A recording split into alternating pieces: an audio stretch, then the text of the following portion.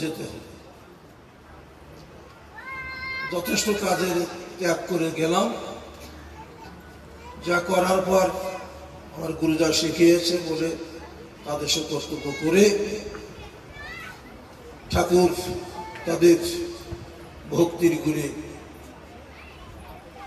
তারা সুফল পেয়েছে। চেয়েছিল একটা পুত্র সন্তান হয়েছে, কিন্তু যখন অনুষ্ঠানের আগে আমাকে বারে বারে ফোন বলছে দাদা এবং জ্যাঠামশাই জেঠিমশাই খুবই খুবই ভালো, খুবই ভালো, যে ছেলেটা অতি রুগ্ন। তা বলছে ঠাকুর আমাদের শক্তি ভক্তি নেই, তোমার ঠাকুরের কৃপায় সে জগতে প্রকাশ পেয়েছে, তাই ভক্ত সেবার জন্য 1000 টাকা পাঠিয়ে দিয়েছে ঠাকুর সবার জন্য। আমি ঠাকুর এবং ঠাকুরের ভক্তের কাছে এই মিনতি, এই প্রার্থনা জানাই, আমার সে নাতি ছেলে অতি শীঘ্র করে ঠাকুরের আশীর্বাদ, ঠাকুরের ভক্তবৃন্দ আশীর্বাদ করার পরের থেকে সে যেন সুস্থ হয়ে ওঠে।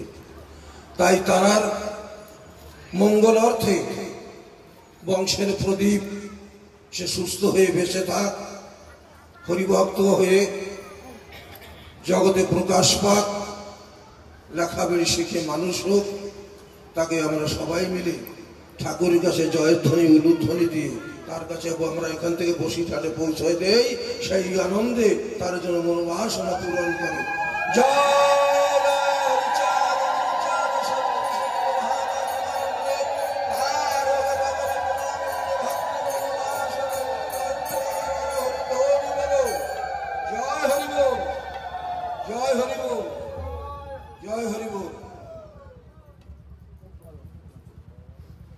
বিশ্বাস করি ঠাকুরের মুখের শরীরের তো পানি গ্রহণ করি যে আমি হইতে আমার নাম বড়, নাম হইতে আমার ভক্ত বড়।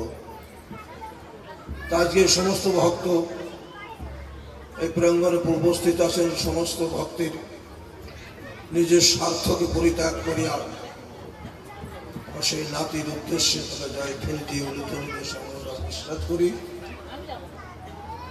তাদের মনোবাসনা পূরণ হবে এবং ঠাকুরের ভক্তের এবং ঠাকুরের গুণগান জগতের পরে যেন আরো শ্রীবৃদ্ধি হয়ে জগতের একটু কল্যাণ অর্থে যিনি তিনি যুগে যুগে ধরা পড়ে দিন আসে।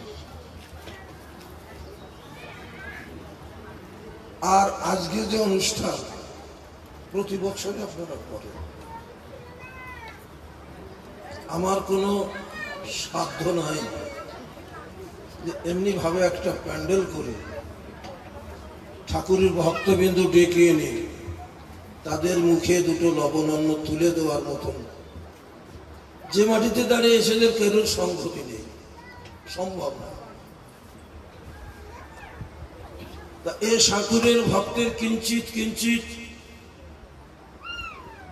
ভালোবাসা দানের পর দাঁড়িয়ে এই অনুষ্ঠানটা দীর্ঘদিন চলে আসছে।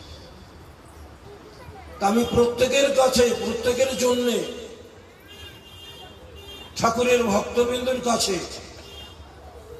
আমার দয়াল হরিচাঁদের কাছে প্রার্থনা জানাই, দীনবন্ধু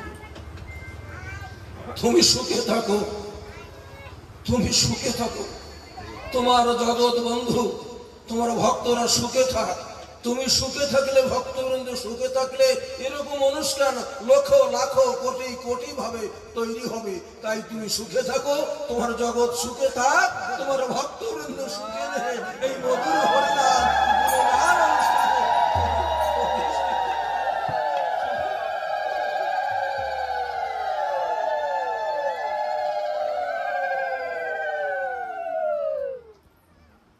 আর এক মা বাতাসা দিয়ে বললো, কি বলে গেল তো কানে কানে শুনতেও পারলাম না। মনে হয় ঠাকুরের কাছে মানত করেছিল যে কোনো দুঃখের কারণ না হলে তো ঠাকুরের কাছে না অত সহজে মাথা নত করি না। তো তাই তার মনোবাসনা পূরণ হয়েছে,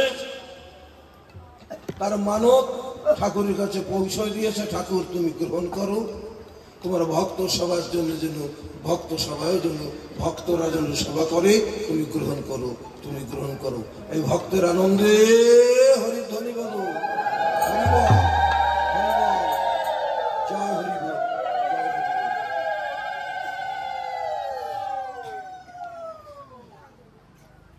নিখিল আসবা আসলে